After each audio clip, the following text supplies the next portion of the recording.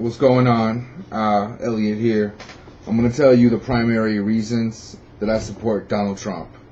Number one, first and foremost, the most primary reason is that he has a self-funded campaign.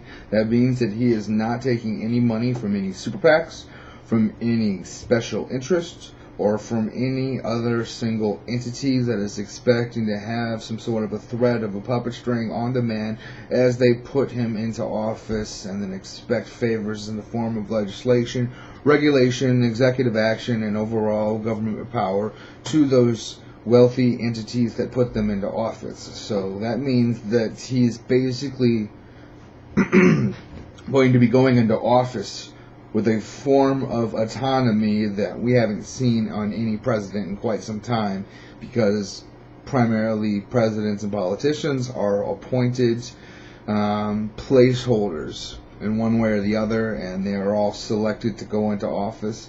They have an agenda that's laid out, and that agenda has been decided by people that we don't get to see, but since they are the money men and the money masters, then the presidents, whether it be Bill Clinton or George W. Bush, Barack Obama, or Hillary Clinton, or Jeb Bush, is going to be expected to carry the torch of that particular group.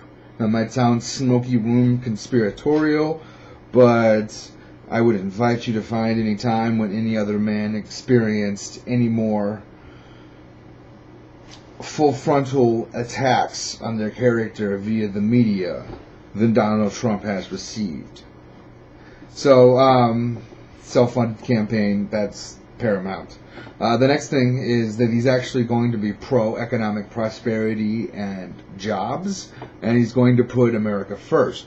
Whether it be previous politicians in either party or in any of the several administrations going back, they have basically, for the most part, killed off jobs with the ever-increasing amount of regulation and red tape, and this has been extremely accelerated by Barack Obama and his treating of coal, and the way he basically shuts down all of our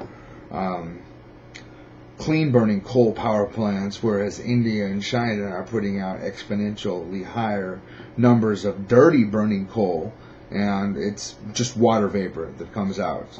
But it's been killing jobs, and the EPA has all sorts of other different programs that do the exact same thing, and that make it necessary for us to have all of these vast regulatory agencies when there's basically special interest that's in that company that is working to make sure that, like you talking about the EPA and the car company, for instance, they have all sorts of regulations that basically prevent other forms of alternative fuel from rising up. If you want any evidence of this, look towards the water-powered car. So we have all these false debates about climate change when it doesn't really even have to happen, because so many other different forms of transportation that could be provided other than just coal-burning cars. So he's not going to toe the line with that. He's going to be honest about job-killing regulation, these trade deals such as NAFTA, such as GATT, that they talked about. This is like, in a lot of ways, this election is like the zombie recreation of Clinton's election, where basically it was both parties pushing for it. NAFTA.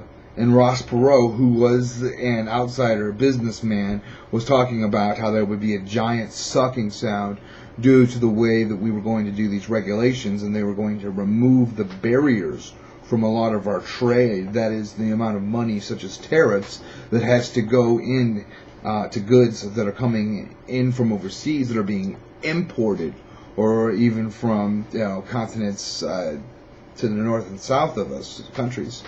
So that there would actually be a regulation on trade. But Ross Perot warned of this and said that there would be the, quote, giant sucking sound of jobs going out of the United States and being transferred south of the border, and that is exactly what has happened. And the businessmen, the business leaders of this country realize this. And in a lot of ways, Donald Trump is the equal reaction of that.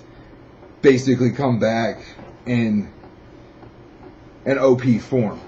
So, we already know that Ross Perot was right, and that this has all happened, and this is probably our last chance. Lower taxes. I don't have time to go into taxes, but obviously that's going to benefit everyone when they get to keep more of their money and it doesn't actually get taxed. And the state-regulated agencies that tend to not be, the best with their money. Securing the border. Borders are wide open. This is a huge issue. It's not a left or a right issue. You either have a country or you don't have a country. You have a citizenry that has customs or you don't. And you don't have any culture. And then you can just be mowed over. Just like Malcolm X said, a man who stands for nothing will fall for anything. Well, a country that stands for nothing will fall instantaneously. And that's exactly what's happening to Europe right now. Common sense foreign policy from Donald Trump. We're actually going to have a candidate that will look at defending the United States and not defending the rest of the world.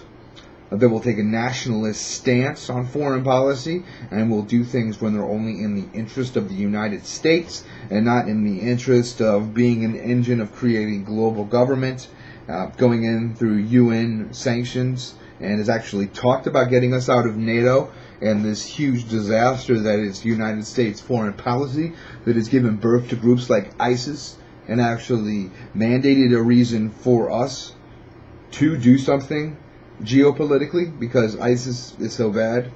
After we crush ISIS, the plan is to do absolutely nothing else in the Middle East except for secure it. Don't pull out right away and allow ISIS to create a foothold. And we're going to actually work with Russia, who actually attacks ISIS and does real damage to them, whereas we have a bunch of half measures that basically are just look like we're attacking ISIS, but really don't do any damage to them. Putin does more damage to ISIS in 2 days than we do in two months. So, and the other thing, speaking of Russia, is we're not going to keep on poking the bear when it comes to Russia, and we will actually work with Russia in good faith and allow them to use some of their own money to drop some of the bombs on ISIS. And then we don't have to have World War III and have this nuclear war or anything like that. Immigration is a very huge issue. It's been ignored for the longest time. The political correctness that has created the type of environment that has basically allowed almost anyone to come into our country and has said that Americans need to put that person's culture first over our own culture is positively suicidal.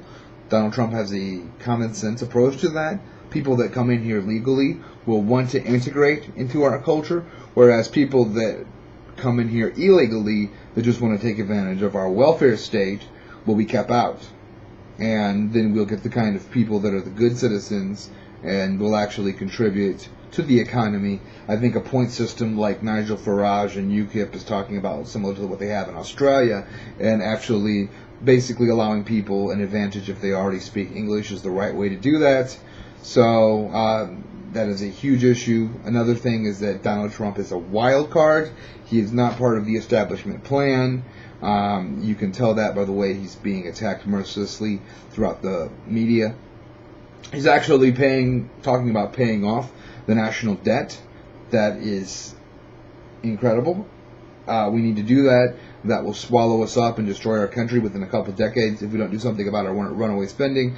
And he's a real deviation from political correctness. Now there are, of course, some reasons why I disagree with Donald Trump that I can get into in another video. But if you add up all of these reasons, he is the best presidential candidate, maybe outside of Ron Paul, to come along in a very long time. And Ron Paul was good, but he does not have Donald Trump's skill set when it comes to actually winning this election, and also his money and being self-funded.